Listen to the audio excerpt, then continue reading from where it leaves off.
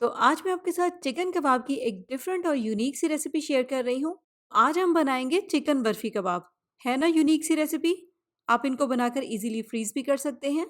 कबाब की ये रेसिपी मुझे देखने में काफ़ी यूनिक और अट्रैक्टिव लगी, इसीलिए मैंने इसको ट्राई किया और ट्राई करने के बाद जो इसका रिजल्ट आया है, ट्रस्ट मी, बहुत मज़े की रेसिपी है। मेरी रिकमेंडेशन पर एक मर्तबा कबाब की ये रेसिपी आप भी ज़रूर ट्राई कीजिएगा।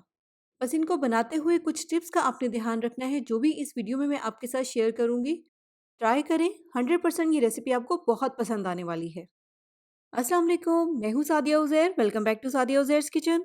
वीडियो को लाइक शेयर और मेरे इस यूट्यूब चैनल को सब्सक्राइब भी ज़रूर कीजिएगा, क्योंकि आपको मिलेंगी मेरे चैनल पर इस तरह की बहुत सारी मज़े मज़े की नई नई क्रिएटिव और ऑथेंटिक रेसिपीज़।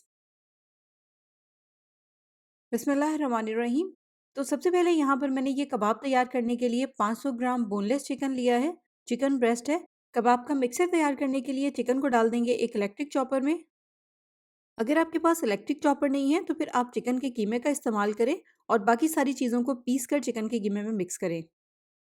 अब चिकन में हमने जो भी चीज़ें ऐड करनी है वो भी साथ ही ऐड कर देंगे। सबसे पहले इसमें शामिल करेंगे थोड़ा सा हरा धनिया।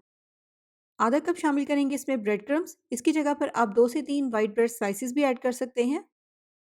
इसके अलावा इसमें शामिल करेंगे 1 चाय का चम्मच गरम मसाला पाउडर, 1 चाय का चम्मच या हस्बे जायका कुटी हुई लाल मिर्च, 1 चाय का चम्मच धनिया पाउडर, 1 चाय का चम्मच भुना और कुटा हुआ ज़ीरा, 1 चाय का चम्मच चाट मसाला पाउडर, 1 चाय का चम्मच या हस्बे जायका नमक, आधा चाय का चम्मच या हस्बे जायका काली मिर्च का पाउडर, 2 खाने के चम्मच शामिल करेंगे इसमें बारीक बारीक चॉप की हुई या पिसी हुई हरी मिर्च। अपने टेस्ट के मुताबिक आप इसको कम ज़्यादा कर सकते हैं।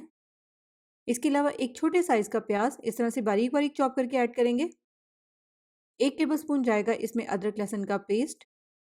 और चिकन के कीमे में क्योंकि फैट नहीं होता, इसलिए इसमें 1 टेबलस्पून घी भी ऐड करेंगे। आप इसकी जगह पर मक्खन भी इसमें शामिल कर सकते हैं। तो बस इन सारी चीज़ों को अच्छी तरह से चॉप कर लेंगे। चॉप करने से आप देखें कीमा भी इस तरह से बहुत अच्छे से पिस जाएगा और बाकी सारी चीज़ें भी इसमें बहुत अच्छे से मिक्स हो जाएंगी। बस आपने इसको पीसना बहुत अच्छी तरह से है, कीमा बिल्कुल पेस्ट की तरह का हो जाना चाहिए। इसके बाद नेक्स्ट कबाब के लिए हमें एक फिलिंग तैयार करनी है और इसके लिए भी हमें चाहिए होगा कीमा। यहाँ पर मेरे पास 250 ग्राम बोनलेस चिकन था, यानी कि 1 पाव। चिकन को उसी चॉपर में पीस कर इस तरह से मैंने इसका कीमा तैयार कर लिया है। अब इससे हम कबाब की फिलिंग तैयार करेंगे। तो कबाब की फिलिंग तैयार करने के लिए यहाँ पर मैंने एक पैन को चूल्हे पर रख दिया है। सबसे पहले इसमें हम शामिल करेंगे 2 टेबलस्पून ऑयल। इससे ज़्यादा ऑयल ऐड नहीं करना, वरना फिलिंग फिर बहुत ज़्यादा ऑयली सी हो जाएगी। फ्लेम ऑन कर देंगे और अब इसमें शामिल कर देंगे एक मीडियम साइज़ का प्याज, इस तरह से बिल्कुल बारीक बारीक चॉप करके। बस प्याज को यहाँ पर हमने 2-3 मिनट के लिए ही हल्का सा फ्राई करना है, ट्रांसपेरेंट होने तक। इस पर हमें कलर वगैरह नहीं आने देना।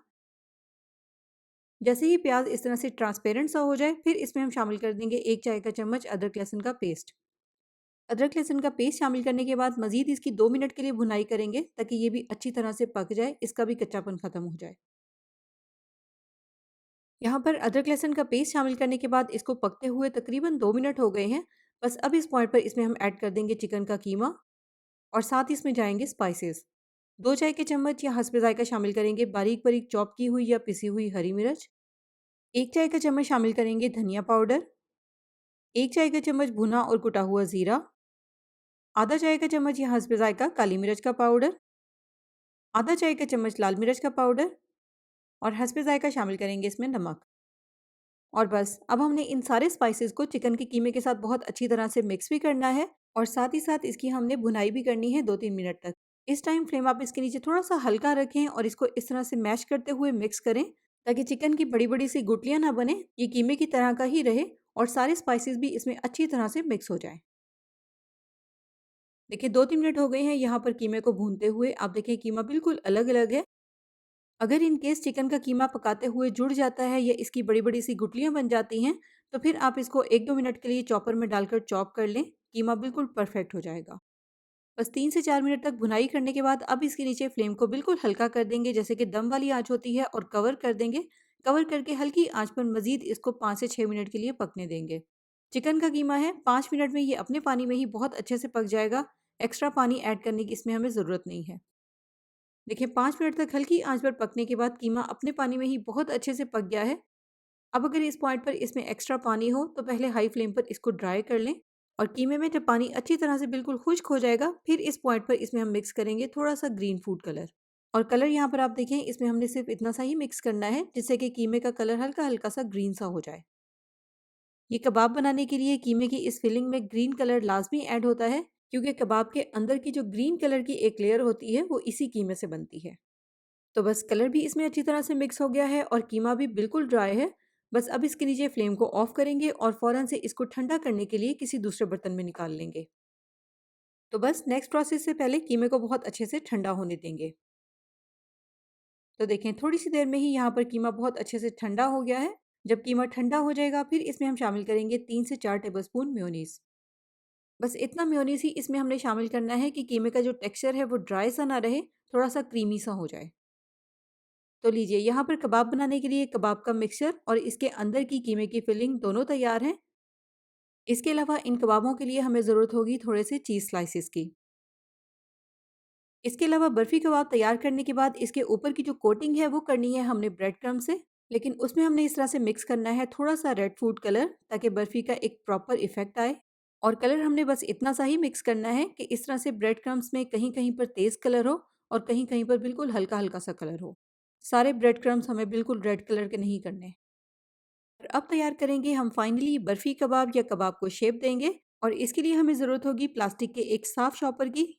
ये ज़िप-लॉक बैग था जिसको मैंने इस तरह से सीधा-सीधा लंबाई में काट लिया है। आप किसी भी साफ़ शॉपर का इस्तेमाल कर सकते हैं। सबसे पहले इसके ऊपर लगाएँगे हल्का-सा ऑयल, ताकि जब हम कबाब को शेप दें तो कीमा इसके साथ चिपके नहीं। इसके बाद कबाब तैयार करने के लिए कीमे का इतना सा मिक्सर लेंगे। यहाँ पर आप देखकर अंदाज़ा लगा लें, तकरीबन इसका वेट 70 ग्राम है। पहले इस तरह से हाथों में इसको अच्छे से बाइंड कर लेंगे ताकि कीमा बिल्कुल इकट्ठा हो जाए। फिर उसके बाद प्लास्टिक के इस शॉपर के एक साइड पर इसको रखेंगे। आधा शॉपर नीचे है और आधे शॉपर को इस तरह से इसके ऊपर फोल्ड कर देंगे। और इस तरह से हाथ की मदद से इसको पतला सा फैला लेंगे। बिल्कुल भी मुश्किल नहीं है, बहुत ईज़िली ये हाथ से फैल जाता है। बस इसको हमने पतला-पतला सा इस तरह से फैलाना है। चाहें तो सेंटर से आप इसको हल्का-सा थिक रखें। बस 19-20 का ही फ़र्क होना चाहिए, ज़्यादा थिक भी नहीं रखना। और ये आपने क्यों करना है, ये मैं आपको आगे चल के बताती हूँ। इसके बाद इस चॉपर को खोल लेंगे। बस आपने इसको इतना सा ही फैलाना है, ये अंदाज़ा आप कर लें कि आपका ये जो चीज़ स्लाइस है, ये इसमें अच्छी तरह से कवर हो जाए। ना ही कीमा बहुत एक्स्ट्रा फैला हुआ हो और ना ही कम फैला हुआ हो। बस सेंटर में इस तरह से चीज़ स्लाइस रखेंगे और चीज़ स्लाइस के ऊपर कीमे की थोड़ी-सी ग्रीन वाली फिलिंग रखेंगे। उसके बाद कबाब को हमने इस तरह से शॉपर की मदद से ही चारों तरफ से ऊपर की तरफ को फ़ोल्ड करते हुए बंद करना है या सील करना है। अब चारों तरफ से फ़ोल्डिंग करने की वजह से कीमे की जो ऊपर वाली लेयर है, वो थोड़ी-सी थिक हो जाएगी।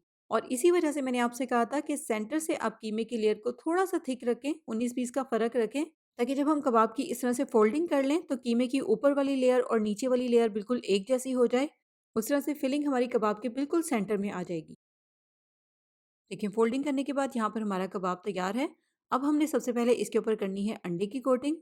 बहुत ही सॉफ्ट और डेलिकेट सा कबाब होता है, इसलिए बहुत एहतियात के साथ इसकी कोटिंग करनी पड़ती है, ताकि कहीं से भी कबाब के ऊपर की लेयर हटकर अंदर की जो स्टफिंग या कोटिंग है वो बाहर ना निकले।